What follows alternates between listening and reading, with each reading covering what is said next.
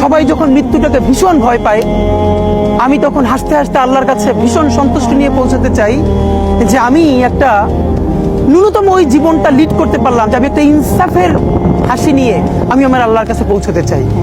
সুতরাং আগামী 50 বছর বাঁচলাম, কোনো ইম্প্যাক্ট তৈরি হলো না আমারে দিয়ে, দেশের জন্য, রাষ্ট্রের জন্য, উম্মার জন্য, জাতির জন্য। কিন্তু আমি ধরেন 5 বছর বাঁচলাম, সেটার মধ্য দিয়ে যদি আগামী 50 বছরের ইম্প্যাক্ট তৈরি হয়, তাহলে অনেকদিন বেঁচে থাকায় কি সাফল্যের বলেন? শহীদ প্রেসিডেন্ট জিয়াউর রহমান কয়টা দিন বেঁচেছেন, কিন্তু ভাবেন আজকে পর্যন্ত উনি আমার অনুপ্রেরণা। হাঁটতে হাঁটতে আমার পা ফুলে যায়, আমি আমার টিম সেদিনকে ব্যাগের মধ্যে জুতো নিয়ে তারপরে একটা শপিং মলে ঘুরছিলাম, মানে পা ফুলে গেছে, পা জুতোয় ঢুকাতে পারছিলাম না। তো জিয়াউর রহমানের একটা ওনার গল্প মনে পড়ছিল, যিনি মাইলকে মাইল যখন হাঁটতেন ওনার সাথে স্টাফদের পা ফুলে যেত, কিন্তু ওনার তো আর্মি ট্রেনিং আছে। তখন তাকে বলতো, স্যার আপনার তো আর্মি ট্রেনিং, আমরা তো আর পারি না।